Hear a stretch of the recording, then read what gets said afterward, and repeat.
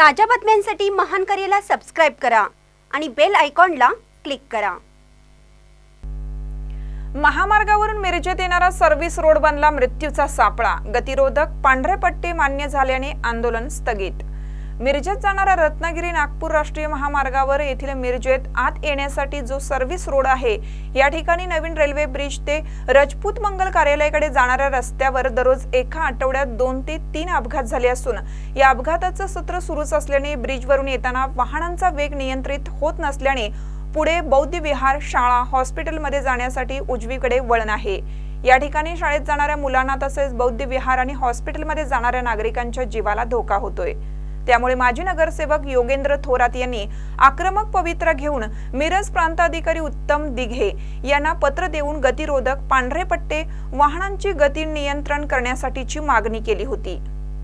यावेळी प्रांताधिकारी यांनी तात्काळ राष्ट्रीय महामार्ग विभागाच्या अधिकाऱ्यांना सदर रस्त्यावर येत्या 8 दिवसात गतिरोधक पांढरे पट्टे व वाहनांची गती नियंत्रित करण्यासाठी आदेश दिले होते, पण या मागणीकडे राष्ट्रीय महामार्गाच्या अधिकाऱ्यांनी दुर्लक्ष केल्याने आज स्थानिक नागरिकांना घेऊन माजी नगरसेवक योगेंद्र थोरात यांनी रस्ता रोको आंदोलनाचं हत्यार उपसलं।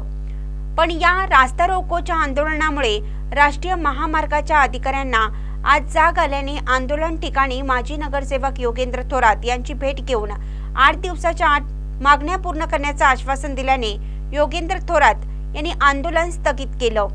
गतिरोधक पांढरे पट्टे रस्त्यावर मारून वाहनांची गती नियंत्रण झाली नाही तर आंदोलन करण्याचा इशाराही यावेळी त्यांनी दिला आहे। मिरज येथील कोल्हापूर रेल्वे ब्रिज पासून राजपूत गार्डन पर्यंत दररोज एक अपघात होत आहे। लोकांचे हातपाय मोडत आहेत, जीवितहानी होत आहे। काल परवाच एक मिलिटरी मॅन त्यांचा मृत्यू झालेला आहे। रिक्षावाल्यांचे ॲक्सिडेंट होत आहेत। शाळेला जाणाऱ्या मुलांचे, त्यांच्या पालकांचे, दवाखान्यात जाणाऱ्या रुग्णांचे अपघात होत आहेत।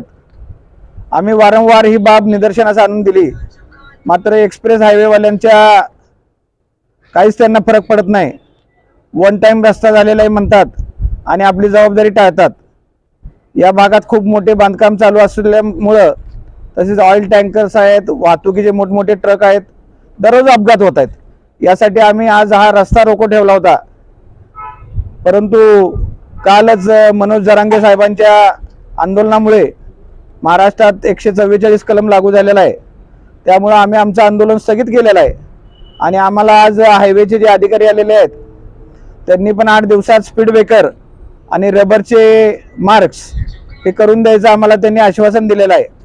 दुसरा मुद्दा म्हणजे आपण पाहू शकता की संपूर्ण मिरजमध्ये डिजिटलनं विद्रुपीकरण झालेलं आहे। त्या प्रकारचं विद्रुपीकरण आमच्या या मिरजच्या पश्चिम भागाकडनं पण चालू झालंय आणि सगळं बेकायदेशीर आहे। हे आमचे उपायुक्त मान्य वैभव साबळे यांच्या आम्ही निदर्शनास आणून दिलं।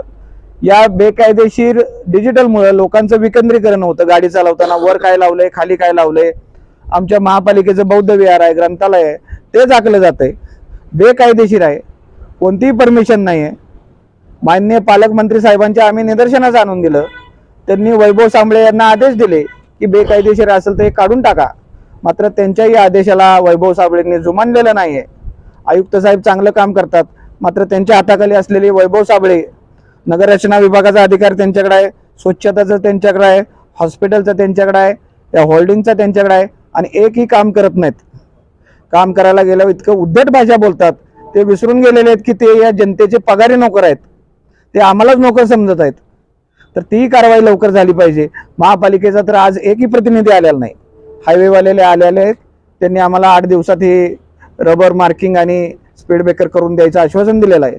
जर ते पूर्ण झालं नाही तर परत एकदा आम्ही रस्ता रोकोचं आंदोलन करू। महानकरी न्यूजसाठी आदिमानी, मिरज।